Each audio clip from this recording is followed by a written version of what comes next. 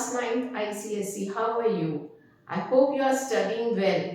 Last time I explained you rational numbers. Now I will be explaining you irrational numbers. Okay? So welcome back to the channel. Let's begin with our irrational numbers. Let's start.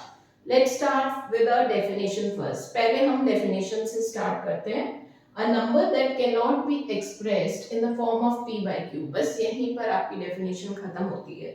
अगर हम irrational numbers की बात करते हैं तो वो p by q के form में एक्सप्रेस ही नहीं हो सकते. जहां पर p और q इंटीजर्स हैं, q नॉट इक्वल टू 0 है और p एंड q को प्राइम नंबर्स हैं. को प्राइम नंबर्स मैंने आपको लास्ट वीडियो में बताई थी, जहां पे मैंने आपको रैशनल नंबर्स एक्सप्लेन किए थे.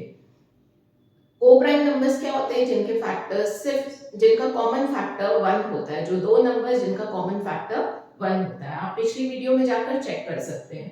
तो इरेशनल नंबर्स ऐसे नंबर्स होते हैं जिनको हम p by q के फॉर्म में एक्सप्रेस नहीं कर सकते हैं. अब आपको समझ में तो नहीं आया होगा, मैं आपको थोड़ी सी अपनी लैंग्वेज में समझाती हूँ. सबसे पहले इरेशनल नंबर्स के एग्जांपल्स को स्टडी करते हैं. एग्जांपल कौन से होते हैं? एग्जांपल्स ऑफ इरेशनल नंबर्स कौन से होते हैं?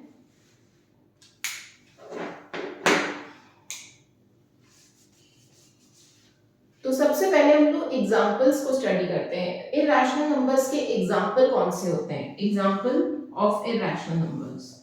एग्जांपल कौन से? √5 और कौन सा है एग्जांपल? 1.001 0 1.01 001 0001 एंड ये कंटिन्यू होगा एक्सेट्रा. तो अब मैं पहले आपको समझाऊंगी. दो तरीके से आपको नंबर को जज करना है कि वो इरेशनल होगा कि रैशनल होगा. तब आप उसको बता सकते हैं कि वो रैशनल है कि इरेशनल है. मैं आपको एक इजी मेथड बताती हूँ. कोई भी नंबर अगर हम रूट में उसको देखते हैं तो वो इरेशनल नंबर्स हो जाता है. जब वो रूट से बाहर नहीं आ पाता है तो वो इरेशनल नंबर हो जाता है. जैसे √5 को हम बाहर नहीं निकाल सकते रूट से. और √25 को देखो. √25 के फैक्टर्स क्या होगा? √5 into 5. इसमें से एक 5 बाहर आ जाएगा तो ये आंसर हो जाएगा. तो 5 is not irrational number but it is rational number. 5 जो है रैशनल नंबर है क्योंकि ये p by q के फॉर्म में एक्सप्रेस कर सकते हैं. क्योंकि हम 5 को कैसे एक्सप्रेस कर सकते हैं? 5/1 where 5 is p and 1 is q. तो p by q के फॉर्म में एक्सप्रेस कर सकते हैं. √25 को इरेशनल नंबर नहीं लेंगे क्योंकि √25 रूट से बाहर आ जाएगा. √5 क्या होगा? इरेशनल होगा क्योंकि वो रूट से बाहर नहीं आ सकता. जैसे √3 है. √3 भी इरेशनल नंबर है क्योंकि वो रूट से बाहर नहीं आ सकता. ऐसे जो भी नंबर्स हैं जो रूट के अंदर ही रह जाते हैं और रूट से बाहर नहीं आ सकते, वो सारे ही नंबर्स क्या होंगे? इरेशनल नंबर्स होंगे. अब एक दूसरा एग्जांपल आपको समझना है. उसके लिए आपको पहले टर्मिनेटिंग और रेकरिंग नंबर्स को समझना होगा. उसको पहले समझ लो. अगर हम इसे देखते हैं 4/5 को, 4/5 को हम डिवाइड करते हैं तो फिर वो क्या आएगा आंसर? आप देखिए 4 को 5 से अगर डिवाइड करते हैं तो हमें क्या मिलेगा? पॉइंट यहां रखा, 0 यहां रख दिया, 5 8 जा 40. तो इसका आंसर आ गया 0.8 और रिमाइंडर क्या आ गया? 0. रिमाइंडर क्या आ गया? 0. तो जिस भी नंबर्स को जब हम डिवाइड करते हैं और उसका रिमाइंडर 0 हो जाता है तो फिर हम ऐसे नंबर्स को क्या बोलते हैं? टर्मिनेटिंग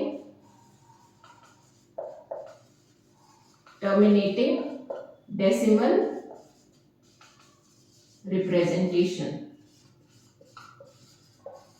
ऐसा रिप्रेजेंटेशन जो कि टर्मिनेट हो जाता है. टर्मिनेटिंग मतलब स्टॉपिंग, स्टॉप हो गया. यहाँ पर हमारा और ज्यादा नहीं चलेगा.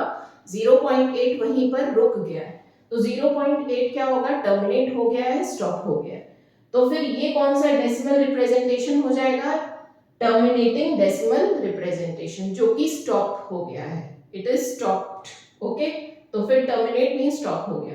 तो अब हम दूसरा एग्जांपल लेते हैं. जैसे 10/3.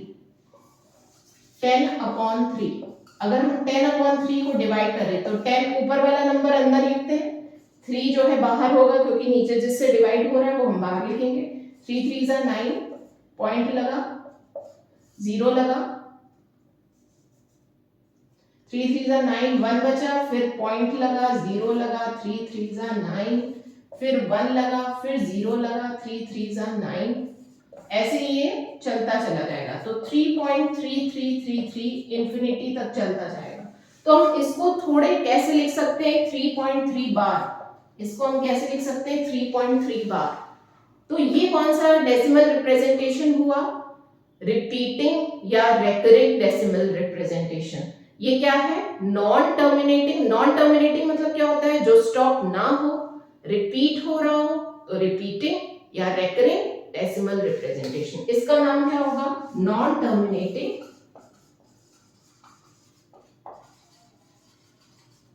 रिपीटिंग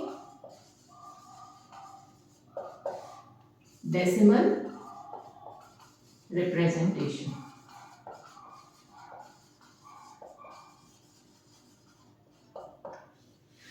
तो ऐसे नंबर्स जो कि अपने आप को रिपीट करते रहते हैं उनको हम क्या बोलेंगे, रिपीटिंग। दैट मीन्स ये रिपीट होते रहते हैं, टर्मिनेट नहीं होते। तो क्या बोलेंगे, non terminating repeating decimal representation. Okay fine children. अब इरैशनल नंबर्स कैसे होते हैं, इरैशनल नंबर्स होते हैं जैसे जिनका डेसिमल रिप्रेजेंटेशन 2 5 2 2 5 1 5 5 1 5 5 5 1 5 5 5 5 1। तो इसमें क्या होगा, ये ना तो रुक रहा है, ना तो रुक रहा है, ना ही टर्मिनेट हो रहा है, और ना ही एक पर्टिकुलर नंबर रिपीट हो रहा है, ये एक पर्टिकुलर पैटर्न में रिपीट हो रहा है। इसको हम कैसे लिख सकते हैं, 2.5 1 के ऊपर क्या हम बार लगा सकते हैं, क्यों, क्योंकि दूसरा नंबर तो 551 है, तो हम ना इसमें बार लगा सकते हैं, ना ही इसमें हम इस डेसिमल रिप्रेजेंटेशन, ना ही ये रुक रहा है, ना ही हम इसमें बार लगा सकते हैं। तो ये किस टाइप का डेसिमल रिप्रेजेंटेशन हो गया, नॉन टर्मिनेटिंग नॉन रिपीटिंग। ना तो ये रिपीट कर रहा है, ना ही ये टर्मिनेट कर रहा है, बल्कि ये पर्टिकुलर पैटर्न में रिपीट कर रहा है। तो ऐसे नंबर्स को हम क्या बोलते हैं, इरैशनल नंबर्स। नंबर्स को हम क्या बोलते हैं, non terminating non repeating numbers. इसका मतलब ना ही वो टर्मिनेट कर रहे हैं, ना ही वो रिपीट कर रहे हैं, बल्कि एक पर्टिकुलर पैटर्न में रिपीट कर रहे हैं। इसमें हम बार नहीं लगा सकते हैं, तो बार जिनमें नहीं लग सकता है और वो रिपीट भी करते चले जा रहे हैं एक पर्टिकुलर पैटर्न में, तो फिर हम ऐसे नंबर्स को क्या बोलेंगे, इरैशनल नंबर्स। तो इरैशनल नंबर्स आप कैसे जज कर सकते हैं, एक तो नंबर रूट से बाहर नहीं आएगा, रूट के अंदर ही रह जाएगा। दूसरा, उसको ऐसे जज किया जा सकता है कि वो एक पर्टिकुलर पैटर्न में रिपीट हो रहे हैं। Okay children.